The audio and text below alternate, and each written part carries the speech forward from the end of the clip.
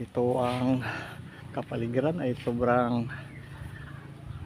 talagang focus ng init ng araw. Ayan. Yan yung bundok ng Mount Asog. Wow.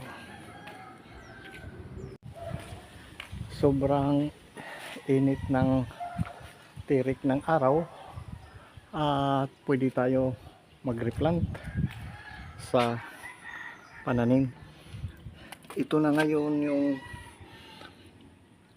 tubo at i-replant para dito. Ito yung tinanim noon na F1 cauliflower at ginpunla noon seedling, at ito na siya ang pwede na itanim. At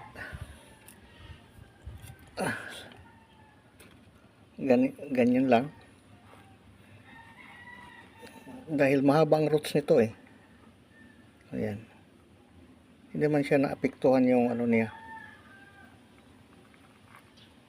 Kung makikita itong roots napakahaba. Ayan,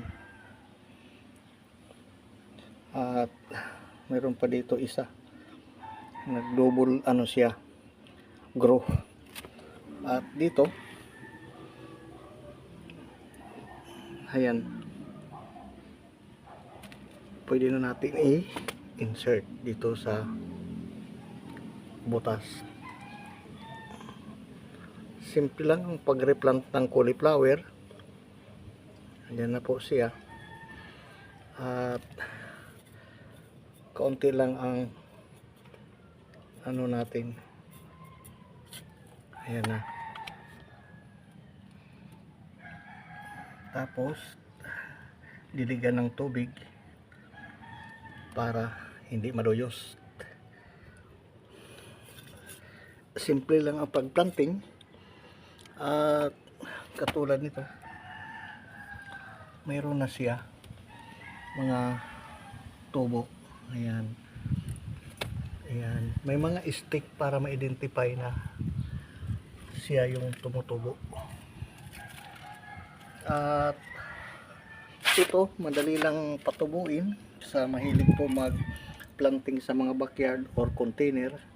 Ganito lang magpatubo. Mayroon na tayo sa unang videos kung paano ipunla ang itong varieties.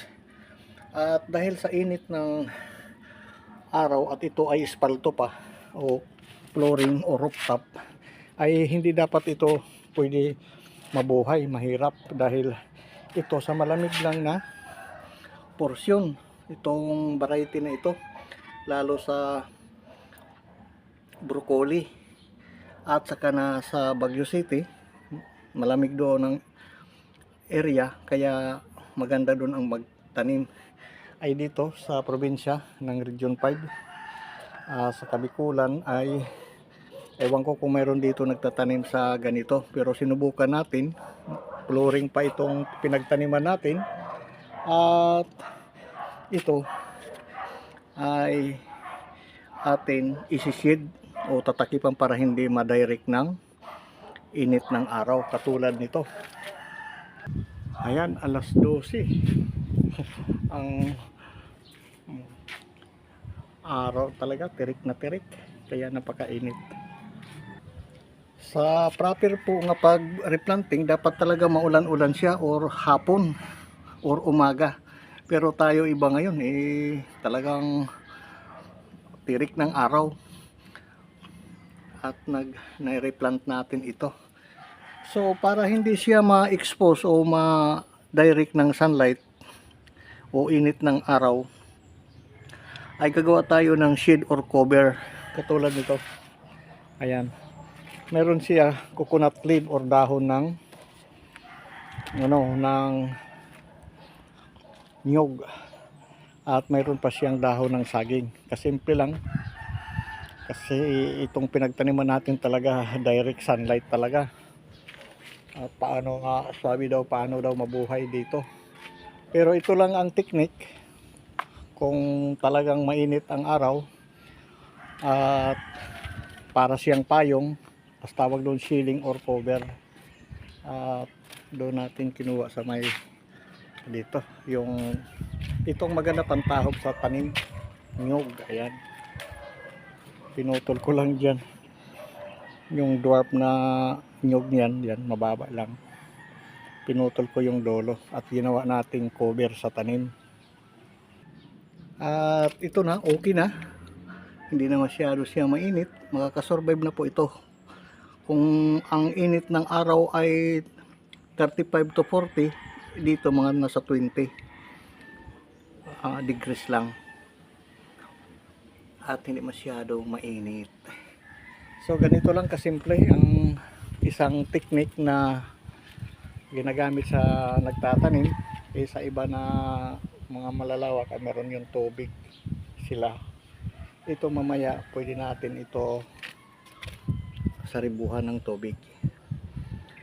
Ayan na po siya, may takip na shading or cover. Marami po salamat sa panonood sa ating pagtatanim.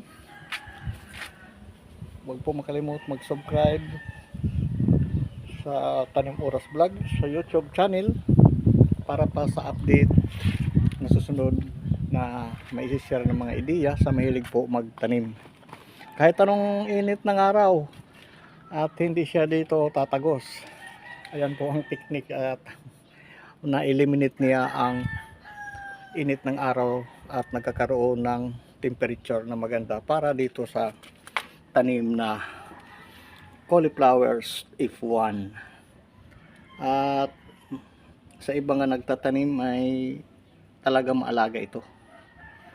So thank you for watching, and sa sunod naman, bye bye and God bless po sa lahat na manonood at mga subscribers. Salamat po sa inyong pagsusubaybay sa ating channel sa YouTube.